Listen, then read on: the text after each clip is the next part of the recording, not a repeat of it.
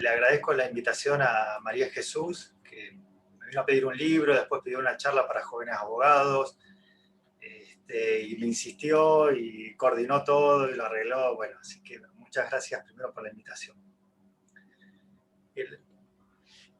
Muchos de ustedes me conocen porque les pude dar clases y en general Derecho Procesal es en cuarto año y todos ustedes se están formando y siguieron la carrera, se fueron olvidando de esa materia hasta que empezaron a litigar.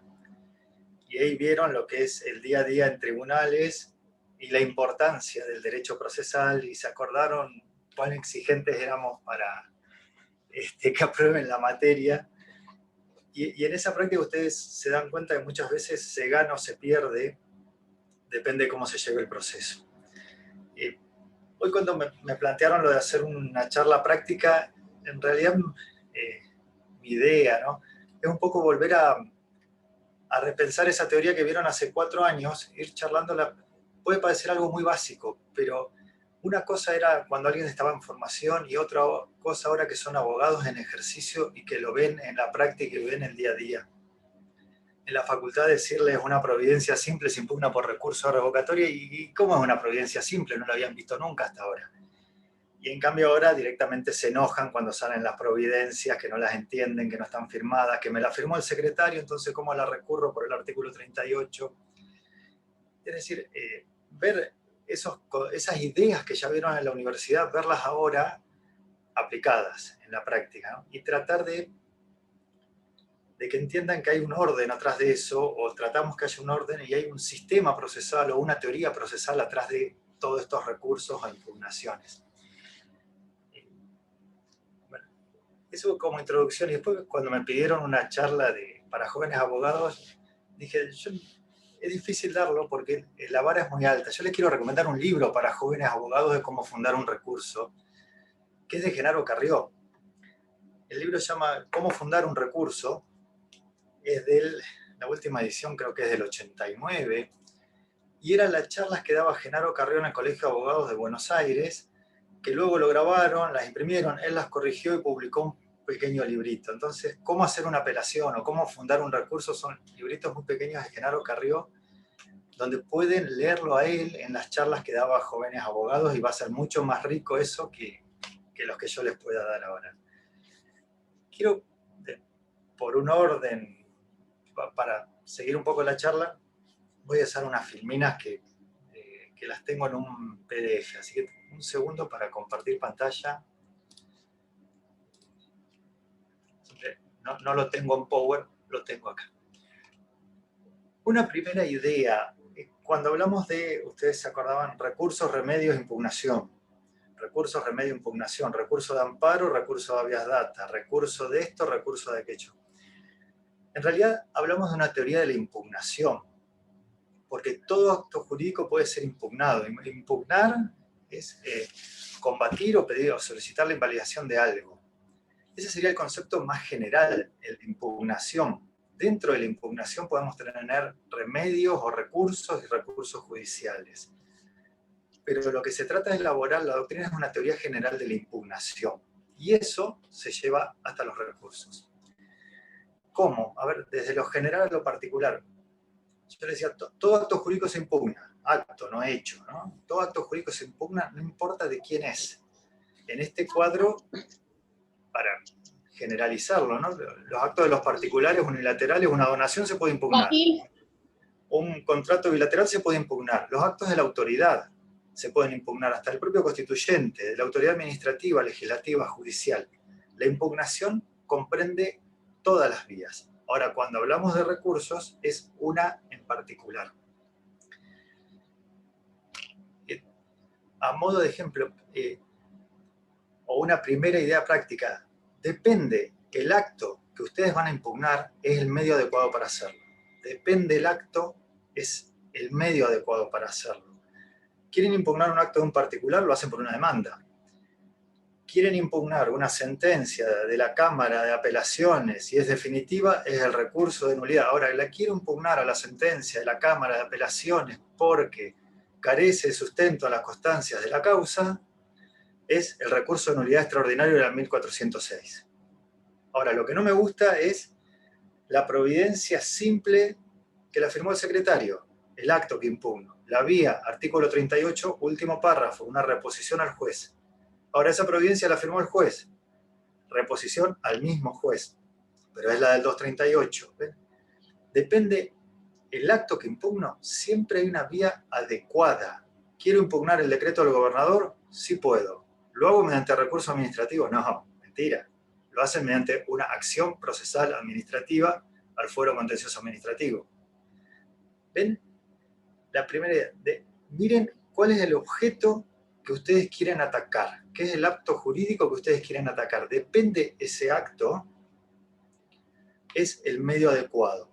Y cuando lleguemos a recursos, no es solo el medio adecuado, sino la causal recursiva. Si ustedes piensan en recursos extraordinarios, depende del acto, el medio, ¿no?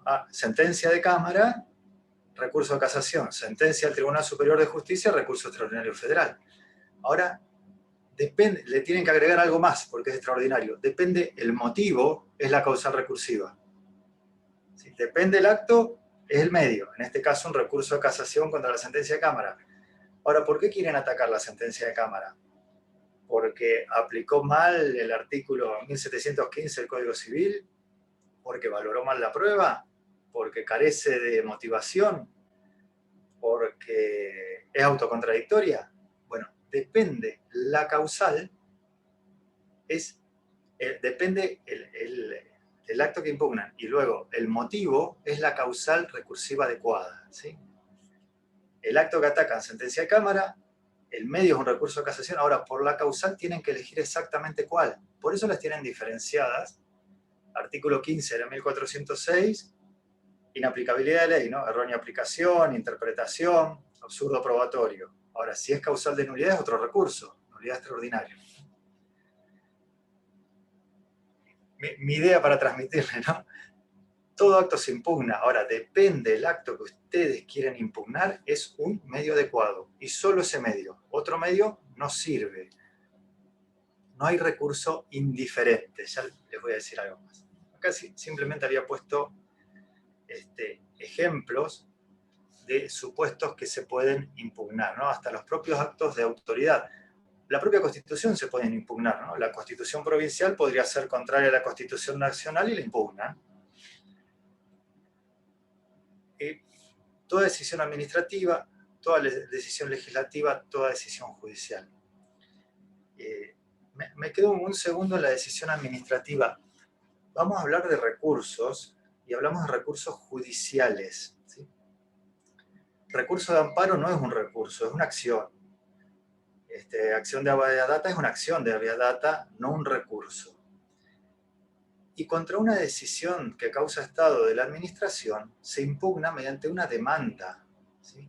No hay recursos contra las decisiones administrativas. Saliendo del procedimiento administrativo, ¿no? Vamos al procedimiento judicial. En la provincia de Neuquén, por suerte, la ley 1305 toma este criterio y les habla de acción procesal administrativa.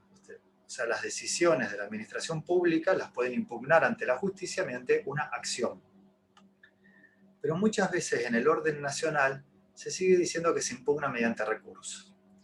Ahora, a ustedes como abogados les pregunto, ¿es lo mismo hacer una demanda que hacer un recurso?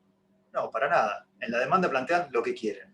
Como quieren, sea de cuestiones de derecho, sean cuestiones de hecho. Ahora, en un recurso tienen las causales limitadas. Piensen en eso cuando la administración les dice que las decisiones administrativas solo se impugnan judicialmente mediante recursos, lo que les está haciendo es cercenando su derecho de defensa. Le está diciendo, ustedes no pueden plantear cualquier cosa, solo esto, está limitado, están recurriendo. Si ustedes impugnan la decisión administrativa mediante una demanda, una acción procesal, pueden plantear lo que quieran, ¿no? Cuestión de hecho o de derecho.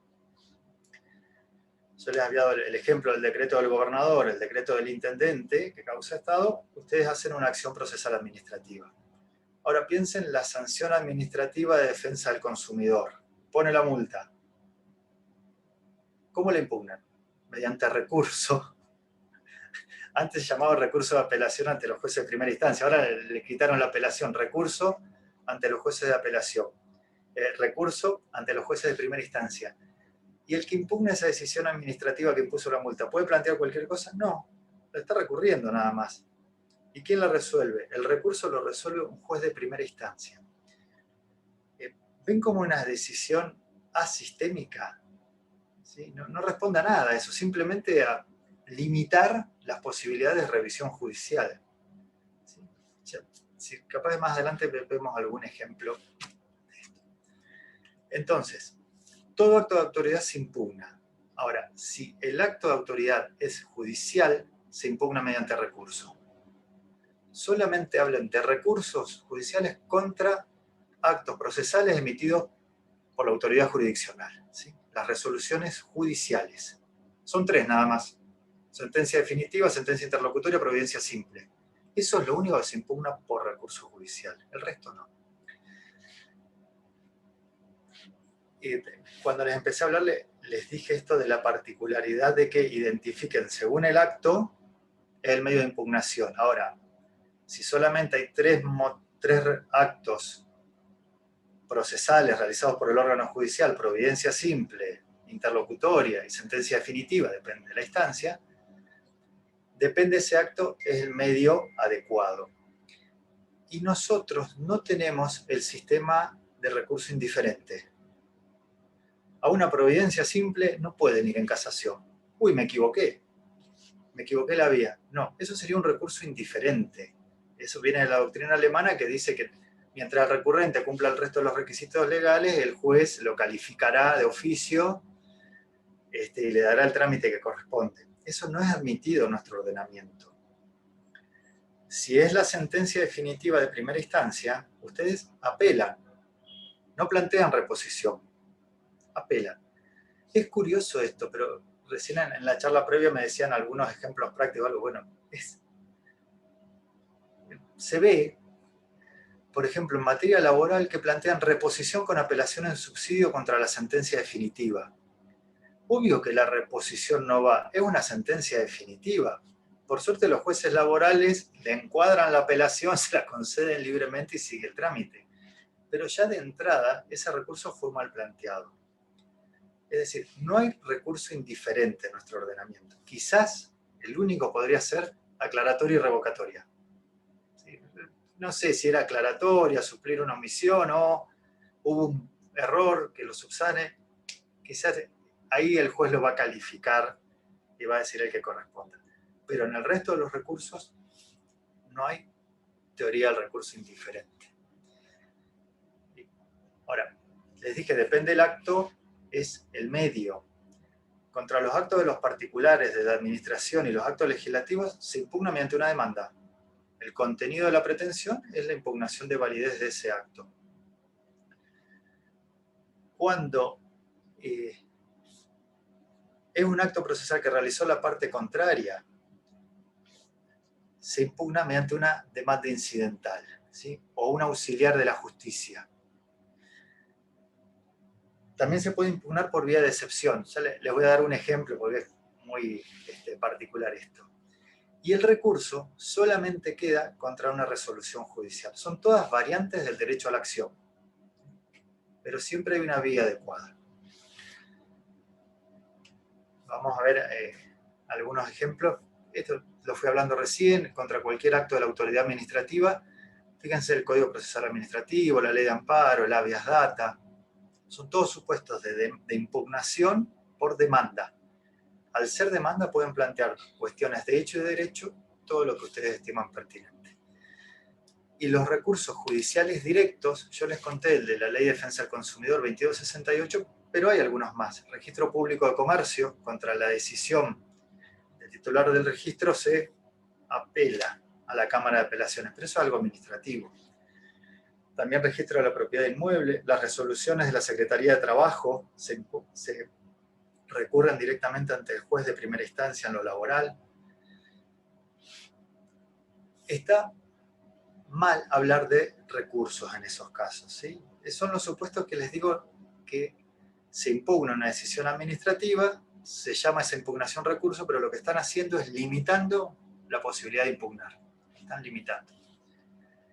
Por demanda principal. por demanda incidental, para atacar algún acto producido en el proceso por un tercero que no se haya convertido en parte procesal, y excepcionalmente contra actos de las propias partes. Ejemplo típico, es nula, impugno la validez de la notificación del traslado de la demanda. Eso lo realizó el oficial de justicia, y en ese caso un incidente de nulidad de esa notificación. Es incidente, la vía de impugnar es el incidente. Nunca contra resoluciones judiciales. Si tengo tiempo volvemos a nulidad, pero cuando ustedes ataquen la resolución judicial, el vicio que ataquen tiene que estar en la resolución. Si atacan, ustedes recibieron esta sentencia y ustedes quieren, ahora se entera que fueron condenados y dice, a mí nunca me la notificaron, ustedes no plantean recurso de apelación comprendiendo la nulidad de la sentencia porque no me notificaron. No, ese vicio no está en la sentencia. Ustedes quieren atacar el acto de notificación. Tienen que plantear un incidente de nulidad. Nosotros solemos decir, cuando el vicio está en el acto procesal sentencia, el vicio está ahí, la vía es el recurso. Ahora, cuando el vicio está en un acto anterior a la sentencia, no en la sentencia, en un acto anterior a la sentencia, en el trámite del proceso, la vía es el incidente. El oficial acá, el supuesto, no se hizo bien la notificación de la demanda, el perito no me notificó que hacía la pericia y pido la nulidad. Son todos supuestos de nulidad de actos procesales, pero son anteriores a la sentencia. No se ataca mediante recurso. Es común que en el recurso de apelación aleguen razones que tienen que ver con trámites procesales anteriores. ¿Sí? Eso es inadmisible. Eso se ataca por otra vía, los incidentes. Igualmente tengan en cuenta el 490 aproximadamente, en el código cuando le habla de conclusión de la causa para definitiva, que el auto para sentencia sanea muchos supuestos de esos. Se puede impugnar por vía de excepción en el caso, a ver, ejemplo, caducidad a distancia, en los supuestos en que no es admitido el primer, la convalidación automática. Imagínense, la jurisprudencia del TSJ solamente dice que eso ocurre en el caso del primer anoticiamiento. Si pasó el plazo de 3 meses, de 6 meses para la caducidad a distancia, y si es primer anoticiamiento, notificación de la demanda, se puede presentar, transcurrió el plazo, se realizaron actos impulsorios transcurrido el plazo, se presenta el demandado y pide la caducidad a distancia. En ese supuesto de primer anoticiamiento, se excepciona el acto impulsorio y se tiene por transcurrido el plazo. ¿Sí? No hay purga automática de la caducidad en primer anoticiamiento. Luego sí, realizaron un acto impulsorio, renace el plazo.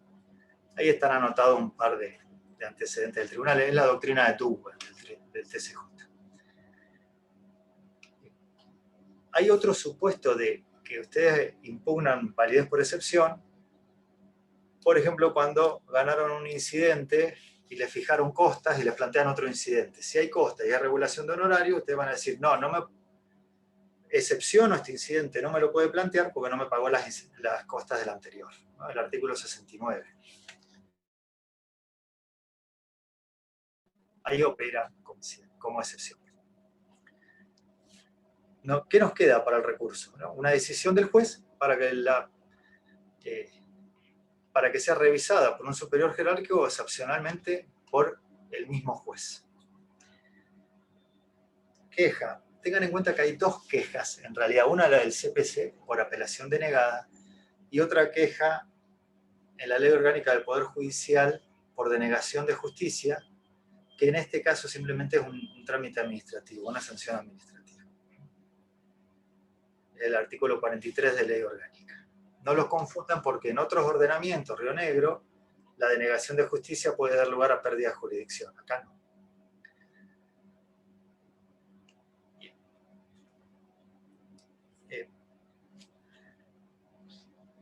En general de recursos, ¿no? Hablamos de, depende qué acto impugnamos, es el medio adecuado de impugnación, y en los recursos extraordinarios la causal, además. Ahora, en todos los recursos nos hacemos siempre estas preguntas, en todos los recursos, extraordinarios, ordinarios, en todos los recursos judiciales. ¿Cuál es la naturaleza de la pretensión deducida en el recurso? ¿Qué quieren en el recurso? ¿Qué están haciendo acá? Los juzgamientos que se hacen al recurso, que son dos, admisibilidad y fundabilidad, ¿qué efectos produce la admisión del recurso o la concesión? Y la naturaleza jurídica de la sentencia sujeto a recurso. Siempre, en cualquier recurso, hay que responder estos temas. A ver, cuando ustedes recurren, lo hacen por dos razones nada más. Ustedes recurren por dos razones. Porque eso es ilegítimo, alegan que es ilegítimo, o porque es injusto, la anulación o la crítica.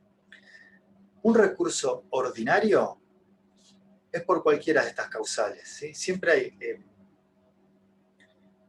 Ramiro Podetti, el autor del Código Original de Mendoza en la década del 50, él decía que los fines del recurso son dos: injusticia o ilegitimidad.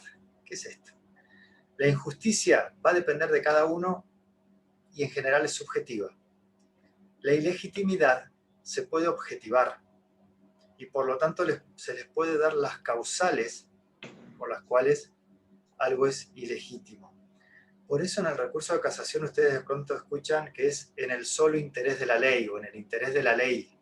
Eso significaba que se recurría por estas causales objetivas. Los recursos ordinarios las mezclan. Ustedes cuando hacen una reposición lo pueden hacer porque está mal hecho el acto, es ilegítimo, o porque la decisión es injusta. Cuando hacen una apelación, lo mismo. Están todas estas razones, fines subjetivos y fines objetivos. Ahora, como regla, en los recursos extraordinarios se separa esto. Un recurso extraordinario, en general, es por ilegitimidad. Por eso se les pueden dar las causales recursivas. Cuando vayan a realizar un recurso de casación, el artículo 15 de la ley 1406 les dice los 4 supuestos de ilegitimidad para el recurso de inaplicabilidad de ley: errónea interpretación, errónea aplicación, contradecir la doctrina del TCJ en los últimos 5 años, absurdo probatorio. ¿Ven? El legislador ya las puede prever antes. Miren el artículo 18 de la 1406. De nuevo, están previstas las causales. Eso responde a ilegitimidad, más que a injusticia. Sí está la justicia atrás de todo esto, pero en la construcción del legislador, el recurso extraordinario está pensado para ilegitimidad. Por eso las causales son previstas legalmente. Piensen en el recurso extraordinario federal. El artículo 14 de la ley 48 les dice las causales del extraordinario federal. Responde a ilegitimidad. Ahora después la Corte le agrega arbitrariedad de sentencia. Ahí responde a injusticia. Bien.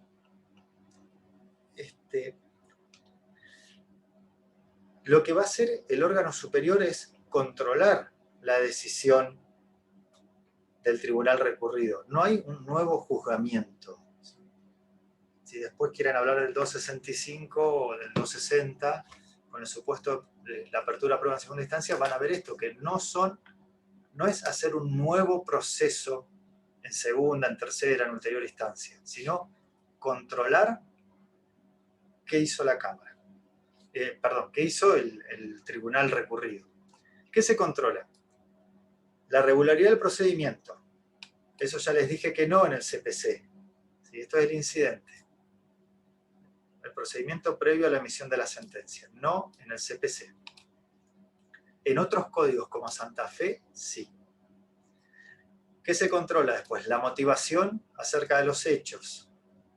La apreciación de la prueba. La norma aplicada para resolver el caso. La congruencia entre lo pretendido, lo confirmado y lo otorgado en la sentencia. Bien. esto yo lo había puesto porque era de otra cosa. Esta es la cita de uno de los votos que les decimos que por vía de incidente se controlan la regularidad del procedimiento anterior. Bien. Vuelvo para atrás. Algo práctico con esto.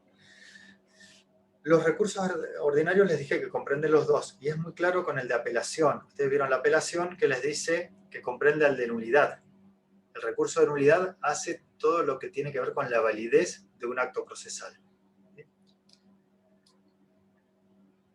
Esto hace a la nulidad. En la apelación están los dos comprendidos. Ahora, ¿cómo se controla la validez de un acto procesal? Es muy simple, o para saber ustedes si tienen, qué recurso tienen que plantear. ¿Cuáles son? A ver, están impugnando la sentencia definitiva de un juez de primera instancia. ¿Cuáles son los requisitos de validez de esa sentencia? Simplemente tenemos que ir al artículo 163.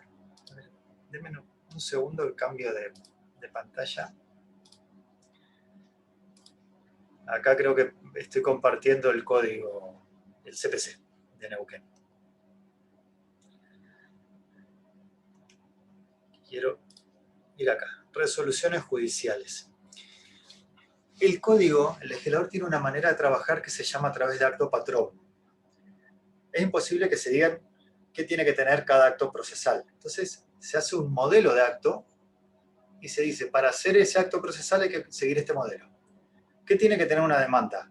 El 330 es el acto patrón, están los requisitos de la demanda.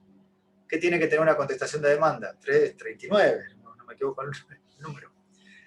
Fíjense cómo trabaja el código. El código dice los requisitos del acto patrón. Esos son requisitos de validez. Si la demanda le falta uno de esos requisitos, defecto legal, hay que completarlo. Lo mismo sucede con los actos procesales que hace el juez, las resoluciones judiciales. Requisito de la providencia simple, firma, lugar y fecha. Le falta la firma. En la reposición plantean la invalidez, la nulidad. ¿Por qué? Le falta un requisito esencial. Interlocutoria, acá están los requisitos. Falta uno, plantean la invalidez, la nulidad, pero está comprendida dentro del recurso de apelación. Ustedes van a impugnar una decisión de un juez de primera instancia, una sentencia definitiva del juez de primera instancia. Y la pueden impugnar porque es incongruente, porque carece de motivación, porque aplicó mal el artículo 1705 del Código. Porque es injusta y me da poco monto en el daño. Separen las causales. Las de injusticia no están previstas legalmente. Ahora, las que hacen a la legalidad, por lo tanto, si falta un elemento, ese acto sería nulo, las encontramos acá. El elemento, la sentencia, el acto procesal sentencia tiene que contener todo esto que está en el 163. Si le falta algo, ustedes lo impugnan y piden la nulidad de esa sentencia. ¿Cuál es el carril? Recurso de apelación. Dentro de la apelación fundan esto. Va a ser el primer agravio, porque primero hay que resolver si es válido. Luego, si es válido, se va a ver si apreció bien la prueba, aplicó bien el derecho y demás. No sé. No tiene firma del juez, un ejemplo muy burdo. Bueno, dentro de la apelación plantean la nulidad por esto. Pero hay otros que están contenidos en este artículo que son más puntuales. La motivación, ¿sí? Es un requisito del 163. La congruencia entre lo pedido, lo probado y lo decidido es un requisito del 163. En rigor, si ustedes impugnan un fallo por incongruente y se hace lugar a esa impugnación, esa sentencia sería nula, porque no cumple con estos requisitos. Lo mismo si van con un recurso de casación contra la sentencia de Cámara. A la Cámara le falta la fundamentación, la aplicación de la ley, no se está cumpliendo con el acto patrón. En los recursos ordinarios, esto está mezclado. En la apelación ustedes plantean todo junto. Ustedes pueden plantear todo, no todo junto. Ahora, al momento de ordenar sus agravios, de decidir, de ver qué plantean, siempre lo primero es controlar si están los requisitos de validez de esa decisión. Controlen esto como una especie de checklist. Si están los nombres, está la fecha, el lugar, está la firma, está fundado, es congruente o es incongruente. estos requisitos. Si falta uno, ya tienen un motivo recursivo. Y es lo primero que se va a resolver. A ver, quiero volver a la otra pantalla. Ya estoy con el tiempo. Bueno, el control simplemente hace de eso. Yo le decía, hay dos juicios del recurso, el de admisibilidad y el de fundabilidad. En los recursos ordinarios a veces se mezclan, a veces se separan.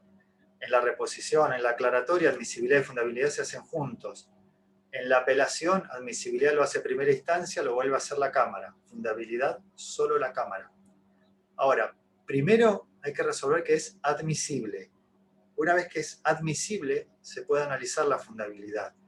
Si el recurso es extemporáneo, está fuera de plazo, no hay que decir más nada. No se puede decir, bueno, además de extemporáneo, no tiene razón porque el testigo dijo tal otra cosa. No, porque no es admisible el recurso. No se va a tratar, se desestima. ¿Sí? ¿Qué se controla ahí? Si la resolución impugnada puede o no ser objeto de ese recurso en particular. Es muy común que hay una reposición, una sentencia interlocutoria y plantean reposición. Si es interlocutorio, hubo traslado previo. Si hubo traslado previo, no va a la reposición. Eso lo va a controlar el juez y ese lo declara inadmisible. No puede ser objeto de ese recurso que plantean. Hoy les di el ejemplo de la sentencia definitiva, plantear reposición con apelación en subsidio. Reposición no es el recurso adecuado, la apelación sí. Después se controla la legitimación y si hay interés particular en el caso. El plazo, y puede haber formalidades particulares de cada recurso, eso para los extraordinarios. Este es un precedente que tiene que ver con la casación. Cuando el TSJ declara que un recurso fue inadmisible, nunca pudo ser planteado, por lo tanto los efectos son desde la decisión de primera instancia. Los intereses, que es lo que les va a interesar, corren desde ahí. En cambio, si es improcedente, es desde la segunda resolución. Cambia el plazo para el cálculo. Una cita del libro Juan Carlos Hitters de recursos extraordinarios. Si les interesa ese tema, ahí lo van a encontrar.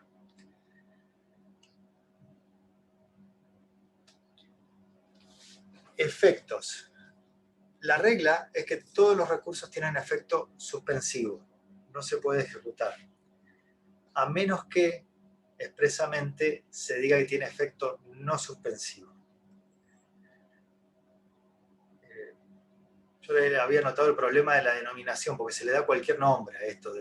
El no suspensivo se lo llama devolutivo, simplemente devolutivo, al suspensivo con doble efecto.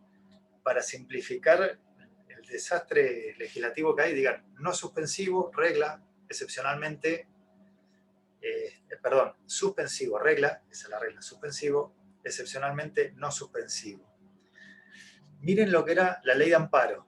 El original, ambos efectos, o sea, se suspendía. Con la modificación de la 3049 dice solo efecto devolutivo, es decir, la decisión recurrida hay que cumplirla, es decir, no suspensivo. Vamos a saltear esto.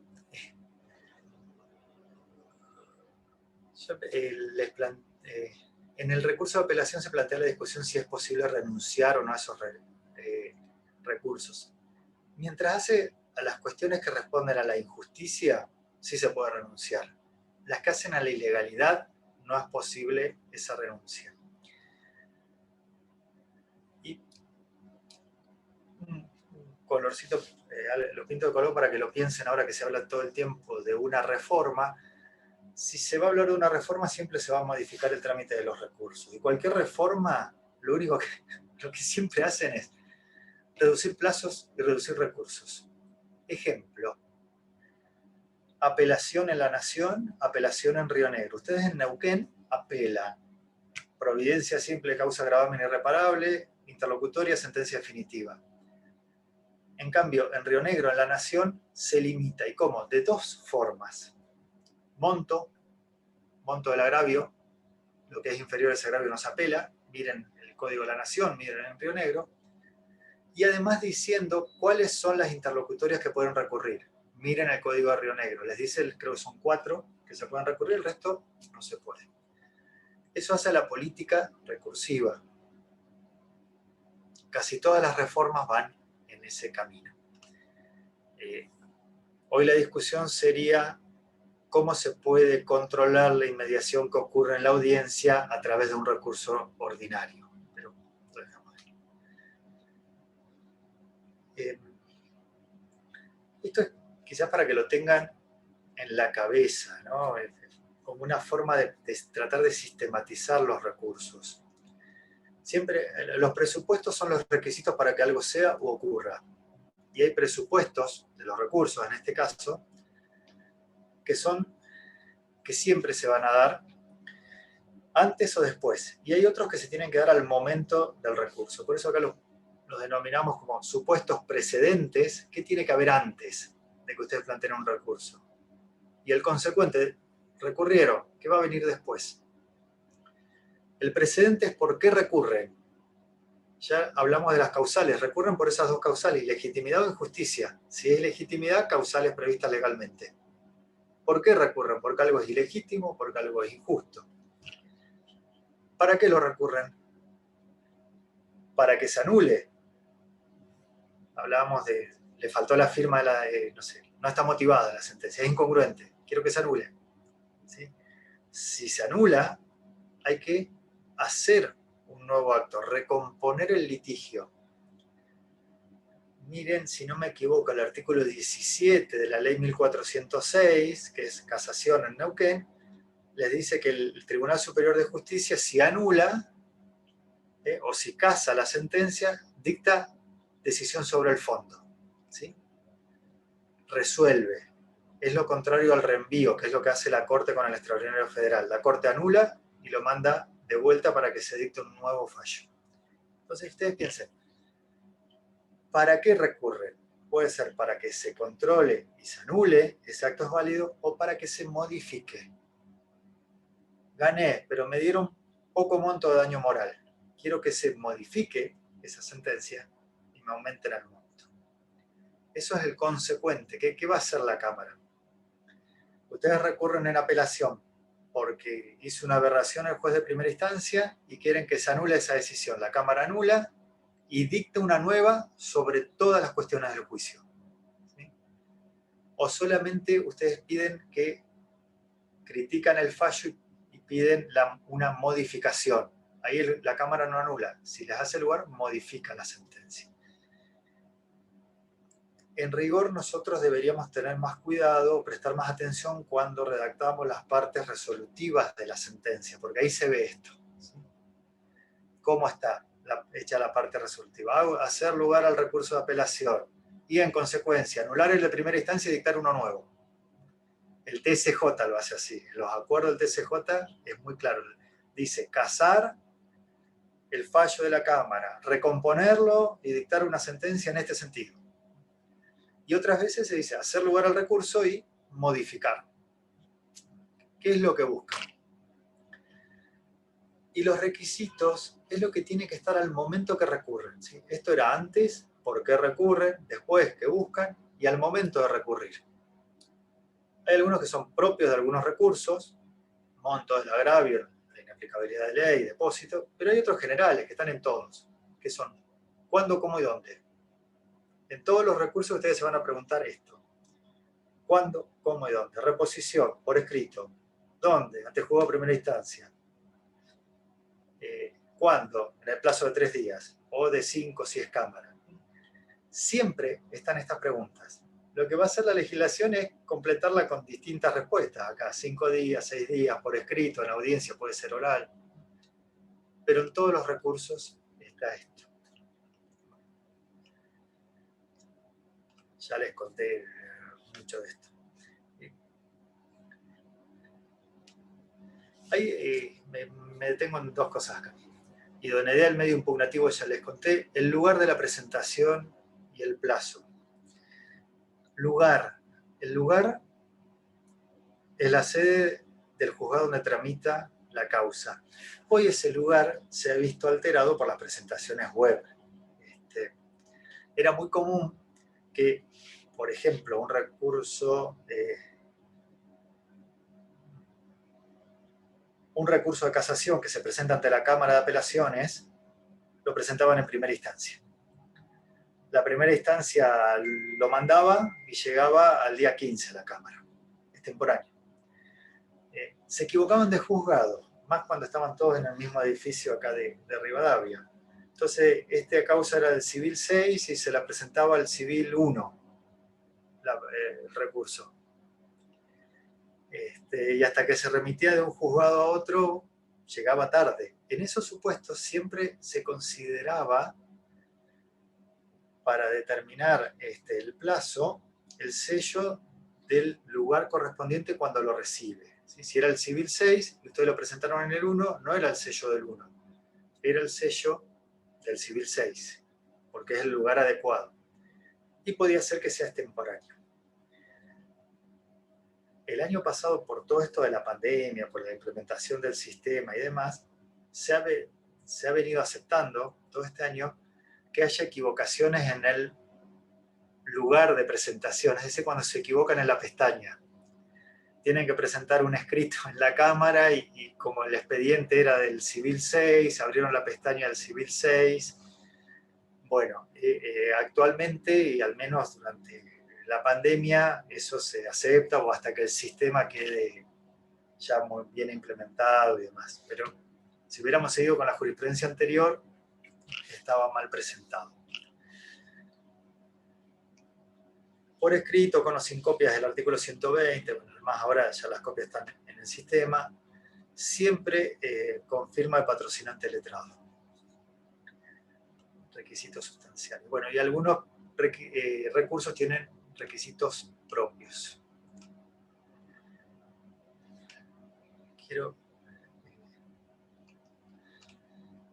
Bueno, esto ya lo vi. En todo recurso, además, siempre ustedes se preguntan estos temas. ¿Cómo se llama? ¿Cuál es la procedencia, el plazo, la forma? ¿Cuál es el juez que decide admisibilidad y fundabilidad? Trámite, efecto de la concesión, trámite posterior, resolución. ¿Ven? Siempre están todos estos temas en cada recurso que vayan a estudiar.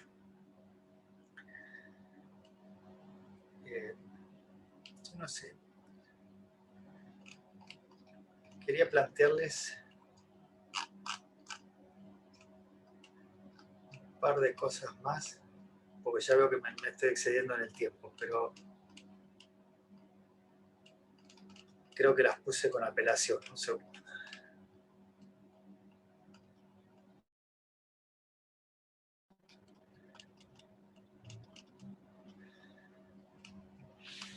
A ver.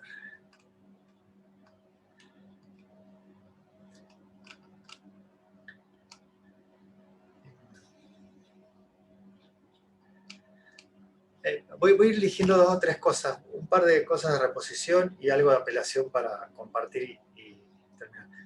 Primero, ya les dije la reposición contra qué acto va, contra providencia simple. La providencia simple se define por el trámite, es la que es dictada sin sustanciación previa, es decir, sin traslado. Si cualquier cosa se resolvió con traslado, no va a reposición. Les digo porque vemos reposiciones contra interlocutorias. Esa es la regla.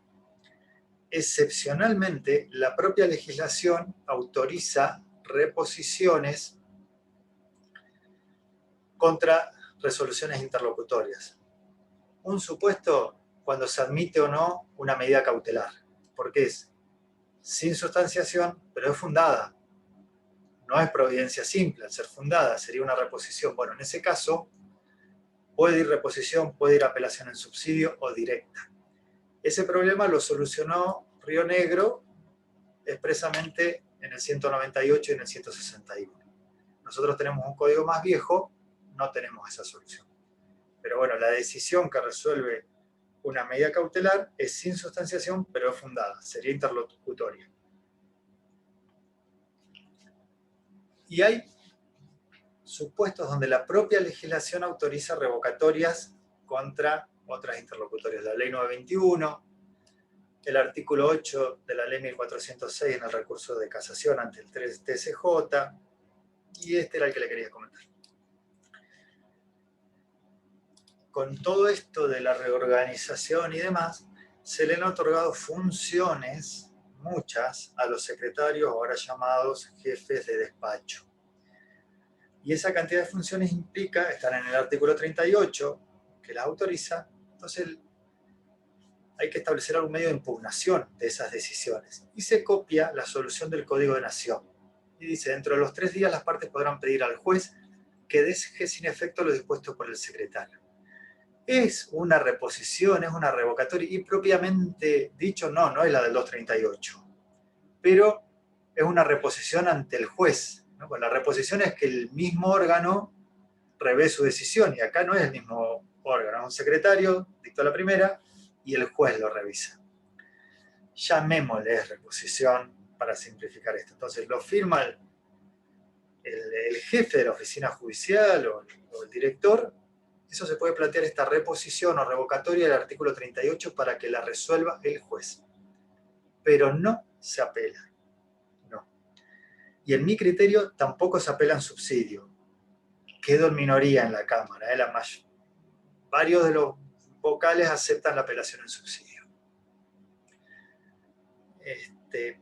Pero hago un paréntesis. Este es un recurso de la Corte Suprema contra el TSJ por una decisión del TSJ de Neuquén en materia penal, donde el secretario del TSJ había firmado una decisión y contra eso se fueron en queja y la Corte Suprema la anuló porque el secretario no tiene potestad jurisdiccional. Solo los jueces. Y era una decisión que resolvió en el trámite sobre un recurso que implicaba que el recurso quedaba firme. La Corte dijo, eso no lo puede hacer un secretario. No tiene funciones jurisdiccionales. Así que el límite es funciones jurisdiccionales solo jueces. Lo no jurisdiccional podría un funcionario. Bueno, la sala 1, yo pierdo, pero la doctora Panfil, el doctor Gisini, creo que Medori, aceptan que contra la decisión del secretario se plantee reposición con apelación en subsidio. Aceptan la apelación en subsidio. Yo entiendo que no.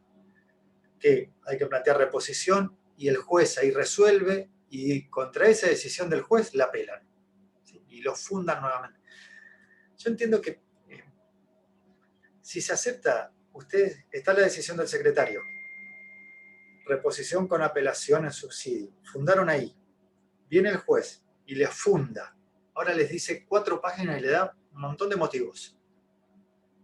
Ustedes no pueden decir nada, porque la reposición ya está fundada antes.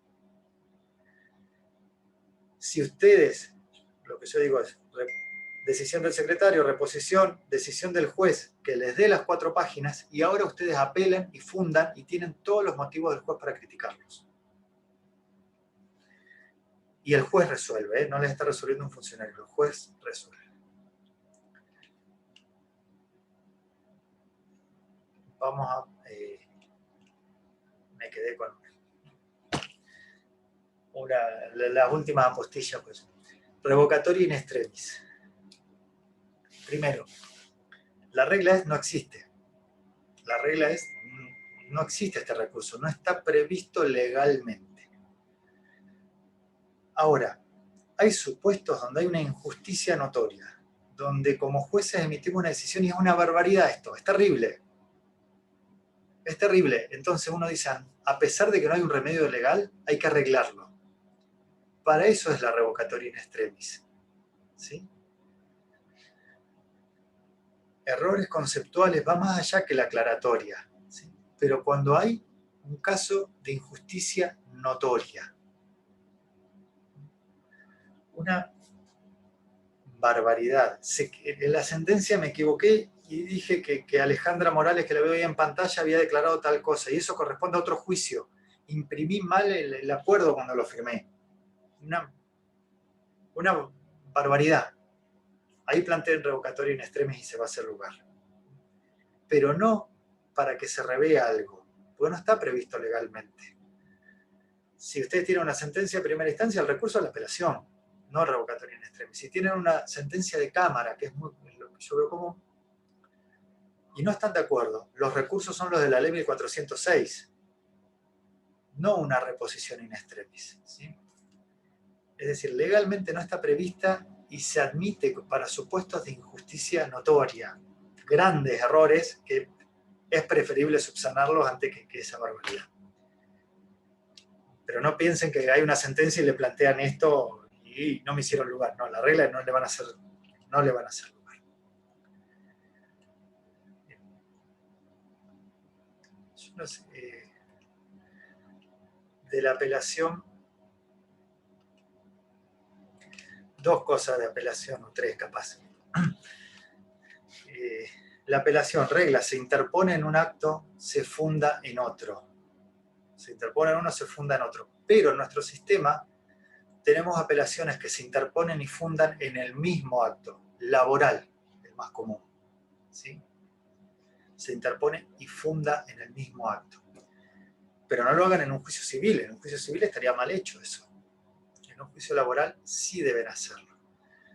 Teníamos un problema ahora, por ejemplo, con las medidas autosatisfativas, las cuales son ilegales, podemos discutirlo otro día, porque no garantizan el derecho de defensa, pero los jueces laborales le daban el trámite de medida autosatisfativa y el afectado quería recurrir, y no sabe cómo, porque no tiene trámite. No es el trámite de la 921, no es el trámite del sumarísimo, no es... ¿Qué hago? Siempre presten atención a la primera providencia de un juicio. Ahí les dice el trámite, por presentado por parte, por domicilio constituido, por denunciado real, de la presente demanda que tramitará por ley 921. Ustedes ya saben cómo van a recurrir. Si en cambio esa providencia les dice, por ejemplo, laboral, es un amparo en materia laboral, tramita por sumarísimo del CPC, no por ley 921. Es decir, que se interpone en un acto y se funda en otro. Fíjense, están en el mismo fuero, laboral. Un amparo sindical, ¿sí? De la 23.551. ¿Es materia laboral? Sí, pero al ser amparo el trámite es, al ser amparo entre particulares, el trámite es sumarísimo, CPC, no ley 921. Se interpone y funda en actos separados. Plazo, en el sumarísimo.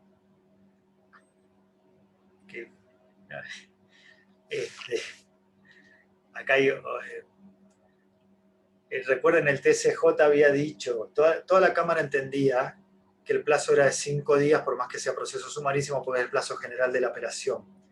El TCJ en SMG dijo son 3 días. Y luego el año pasado, en el 2019, cambió el criterio y volvió a decir ahora son 5. O sea, son para apelar en el sumarísimo 5. Leyes particulares lo establecen en 3. Violencia es esto. Bueno, este fallo fue cambiado por el TCJ, era el que le contaba Rifo Varela, es el último, no me acuerdo el número, a ver si lo tengo acá. Fue plenario de la Sala Civil, creo que es el número... El 16, el acuerdo 16-2019, plenario de la Sala Civil del TCJ, y les dice plazo de 5 días. Y con esto termino, estoy mirando la hora ya. Y este es un caso laboral que llega al TCJ, donde se interpuso la apelación y creo que se había fundado, y luego se amplían los fundamentos. El TCJ lo acepta. Yo creo que está mal, pero bueno. A ver, laboral, se interpone y funda en el mismo acto. ¿Sí? Pero se dio el supuesto que antes de dar traslado y dentro del plazo para apelar, se ampliaron los fundamentos. Y el TCJ lo aceptó. Yo entiendo que no es una solución lineal, porque opera la preclusión por consumación. Cuando la preclusión es por vencimiento del plazo, por realizar un acto, el plazo para recurrir es 10 días, ustedes recurren, opera la preclusión, o por realizar el acto contrario. En ese caso, el tribunal entendió que la preclusión no operó porque al estar todavía dentro del plazo para apelar y no haberse dado traslado a la contraria, no había operado la preclusión y se podía ampliar la fundamentación. ¿Sí? Yo entiendo que el razonamiento es equivocado. Esa es la jurisprudencia del TCJ, nótenla, ¿no? Pero es equivocado porque eso puede ser para un recurso que se dice, se interpone en un acto y se funda en otro. Por ejemplo, recurso libre. Interpusieron en primera instancia, fundan en cámara. Ustedes fundaron dentro de los 5 días, al día contrario se acordaron de algo, lo agregan, y bueno, si todavía no se proveyó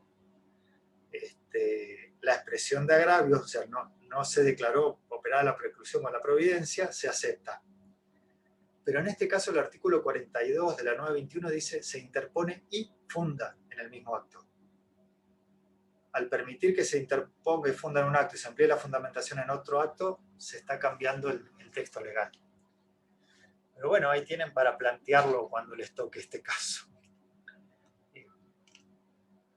Bueno, efectos, nada. Yo no sé, creo que ya estuve hablando casi 1 hora y media, mucho más de los 40 minutos. Si tienen preguntas, si quieren charlar de algo en particular, estoy a su disposición.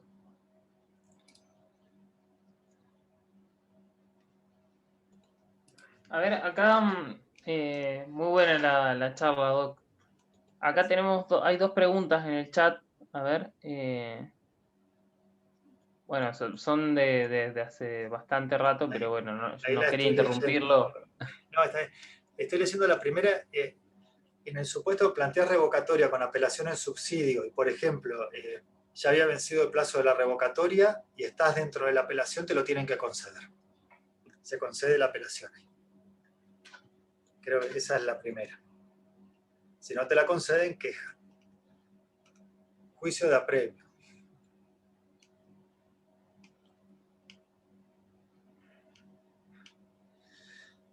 Sí, la segunda pregunta de la caducidad de instancia. Justamente Dugwen, el que estaba en pantalla, el presidente del TSJ, es un juicio de apremio, donde el TSJ ahí habla del primer anoticiamiento y acepta la caducidad de instancia. Esa era la segunda pregunta. ¿Y alguna más?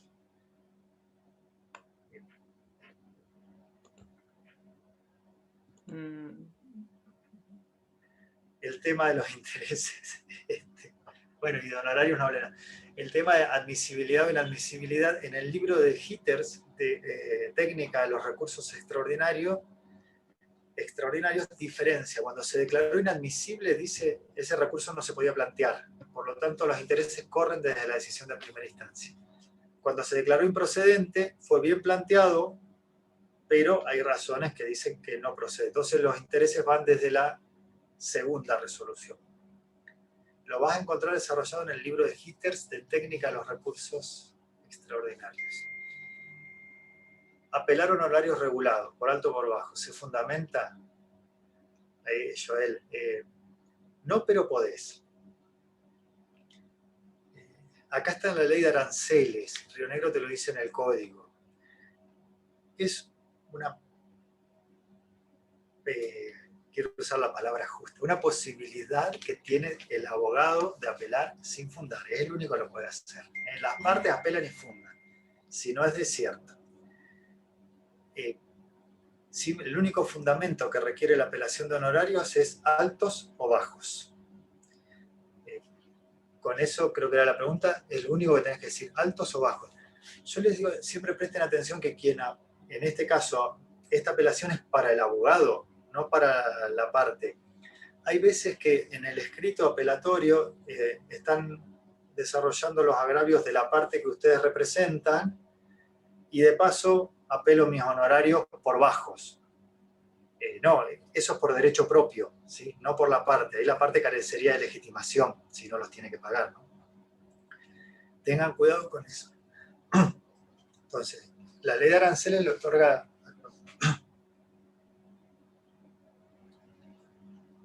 la posibilidad al abogado de apelar solamente diciendo alto y bajos. ¿Por qué? Porque de eso no hay traslado. ¿Para qué? De toda cosa que hay traslado, va a haber un ganador y un perdedor. Si hay un ganador y un perdedor, hay costas.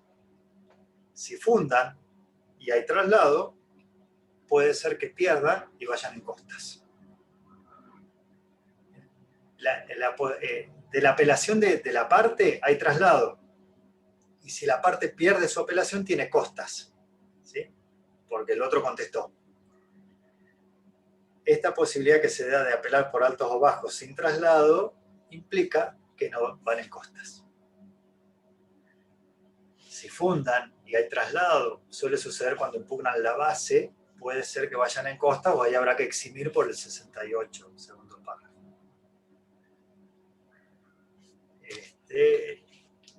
Esa es la pregunta. Bueno, y obviamente es el abogado por derecho propio, ¿sí? El letrado por derecho propio. ¿Era eso?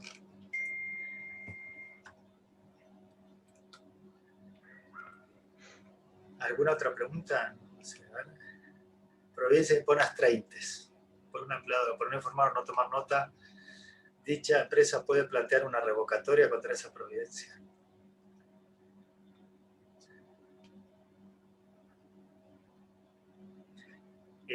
A ver, el proceso es para las partes, por lo tanto un tercero no puede, pero ahora como el tercero en ese que vos planteás que es la empleadora que le imponen las astraintes, es el afectado por esa resolución, sí puede recurrir, ¿sí?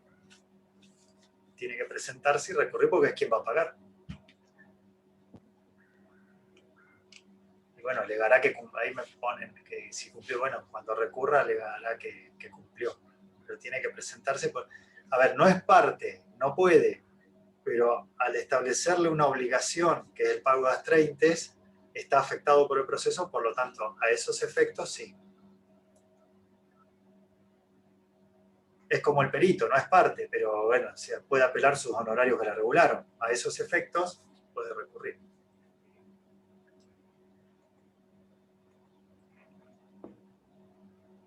Bueno, ¿no hay más preguntas?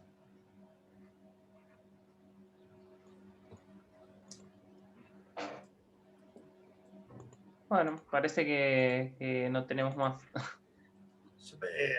A mí se me ocurre una que es algo común, el 265, que ustedes nos odian por eso. Sí, el 265 establece una carga para el recurrente. Por lo tanto, si incumple esa carga, pierde un derecho. La carga de fundar adecuadamente la expresión de agravios. Esa fundamentación adecuada, es decir, es dar las razones por las que el juez está equivocado. ¿Cuál es la decisión que se busca? Y no alcanza con una mera crítica. Un segundo, a ver si... Hoy me lo hicieron acordar como el libro que había puesto para que sorteen era el de Alvarado Belloso, como lo define él. No la tenía en esta filmina.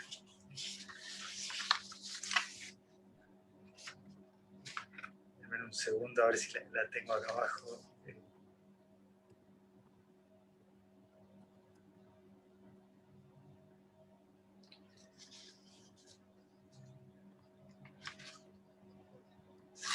Esto me pasa por...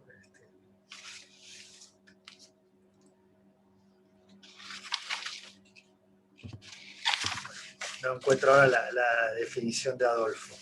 Pero implica el 265 que se den las razones por las cuales el juez de primera instancia está equivocado y se deben rebatir todos los fundamentos que el juez dio y la solución que se busca. A ver, el juez desestimó un pedido de daños y perjuicios porque no había daño, no se probó la relación de causalidad y no había un factor de atribución. Y se atacan los daños y se demuestra que realmente hay daños. Ahora, los otros dos fundamentos del juez quedaron firmes, ¿sí? Y cualquiera de ellos sostiene la decisión. Es decir, se deben atacar todos los fundamentos y demostrar por qué el juez está equivocado. Hoy les dije que en los recursos no se hace un nuevo proceso, sino que se controla.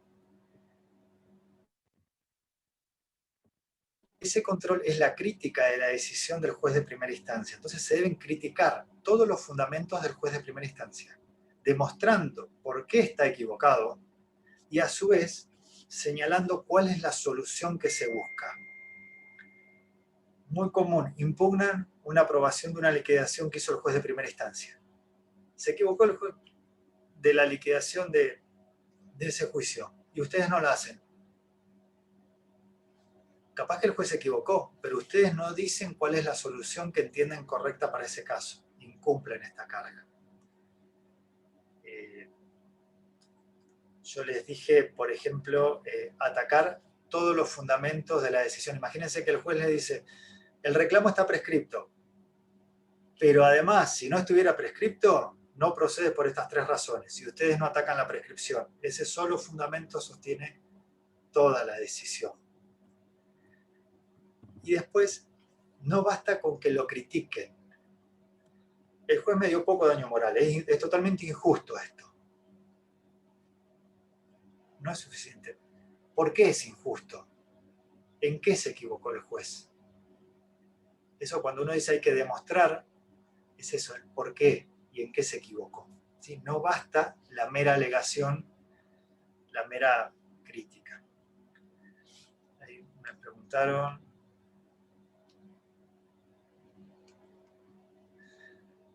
¿Cómo se cumple el requisito de autosuficiencia para los recursos de casación?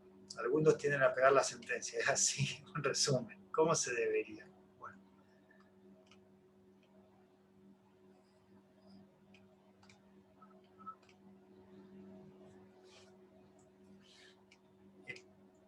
A ver. La ley 1406, yo les dije que hay recursos que tienen requisitos específicos. La 1406 tiene uno de sus requisitos específicos, es la autonomía del recurso, que se une a la suficiencia, que es lo que estábamos hablando recién. Entonces habla de autosuficiencia del recurso. La autonomía en el recurso extraordinario hace a que el tribunal que va a entender en la causa, con la lectura del recurso, pueda comprender de una manera completa y objetiva toda la causa y las cuestiones que hay que resolver. El que va a resolver el recurso, el TSJ, ¿sí?, lee el recurso y con la lectura de ese recurso entiende todo lo que pasó y lo que hay que resolver. Ahora, yo le dije, completa todo lo que llega hasta ahí y objetiva. No, yo planteé esto re bien y la otra parte escribió re mal la contestación de demanda. Y no, ese es un relato subjetivo. Si es subjetivo, no hay autosuficiencia. Si es incompleto, no hay autosuficiencia. Yo relato mi demanda y no relato la contestación de la demanda. ¿Sí? Quiero ir por absurdo probatorio y no relato la prueba. Eso es incompleto. Entonces, no tiene que ser objetivo, no subjetivo.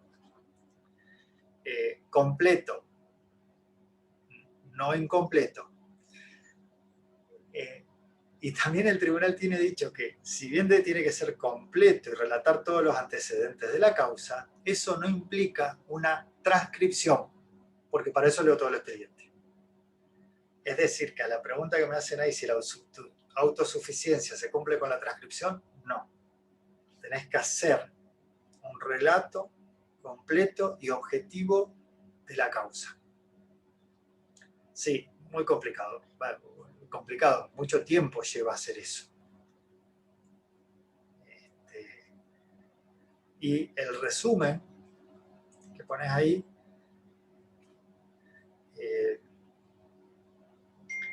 me tengo que cuidar con las palabras porque veo que dice recording, ¿no? Alvarado usa una expresión y dice los secretos arcanos del recurso extraordinario. Vamos a decir entonces la discrecionalidad judicial del TSJ al decidir la admisibilidad. Tiene un margen de discrecionalidad, de arbitrio, no de arbitrariedad, de arbitrio. La norma le permite un margen muy grande para decir que ese relato que haces en tu recurso es autónomo o no es autónomo. Y puede ser que a veces con un resumen alcance y otras veces no. Eso está dentro del margen de discrecionalidad del TSJ.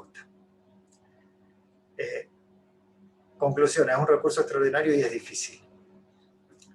Creo que a veces el 90% se declaran inadmisibles. Una de las causales más utilizadas es esto, falta de autonomía. Ahora, en la pregunta me ponen autonomía, autosuficiencia, ponen. Son dos requisitos juntos, autonomía y suficiencia. Autonomía es este relato, y la suficiencia es la fundamentación adecuada del agravio, lo que hablábamos antes, que en la apelación es el 265. En la casación es la fundamentación adecuada del recurso. Entonces ahí tenés el recurso que vos elijas. La ley 1406 tiene 3 recursos: inconstitucionalidad, inaplicabilidad de ley, nulidad. La suficiencia hace a cuál elegís. 99% de las veces nulidad e inaplicabilidad, casi nunca inconstitucionalidad. Que esté bien elegido el recurso y luego que esté bien elegido dentro de cada recurso la causal recursiva y bien desarrollada. Si le sumás eso al relato autónomo, es la palabra que ponen ahí, autosuficiencia. Cuando miren una resolución de admisibilidad del TSJ, o sea, la casación se da traslado acá en Cámara, la Cámara no tiene ninguna facultad respecto a la casación. ¿Vieron? La apelación, el juez de primera instancia decide la admisibilidad o no, si no ustedes vienen en queja. En la casación, la admisibilidad la decide exclusivamente el TSJ. La Cámara lo único que hace es un traslado y lo envía. Cambiar el efecto, aumentar el plazo, pedir que se suspenda, lo que quieran de la admisibilidad es exclusivo del TSJ. Cuando le llega el expediente, el TSJ pide los dictámenes si corresponden y emite una resolución interlocutoria que se llama resolución del artículo 5 de la ley 1406. Si la revisan van a ver que hace un relato y luego cuando empieza a fundamentar, analiza todos los requisitos de admisibilidad. ¿Quién tiene legitimación? ¿Qué es parte? Si está el domicilio, si está el depósito, si supera el monto, si tiene autosuficiencia. Si cumple todo, admisible. Si no cumple esto, cualquiera, una sola, con una sola causal, es inadmisible. Así que ya pelar esto de que esté completo está dentro del margen de discrecionalidad que le otorga la ley al TSJ. Y en el extraordinario federal es igual, es peor, en realidad dentro de las 20 páginas tenés que hacer el relato autónomo. Creo que no habría más preguntas. Suficiente, ya es tarde. Sí, interesante, estuvo todo ahí. Concentradísimos en todas las palabras que decía. Bueno, quedo a disposición de ustedes y me despido. Si no hay preguntas, que les vaya bien. Bueno, muchas gracias, doctor, por el tiempo. Muchas gracias a todos por estar. Gracias. Buenas tardes.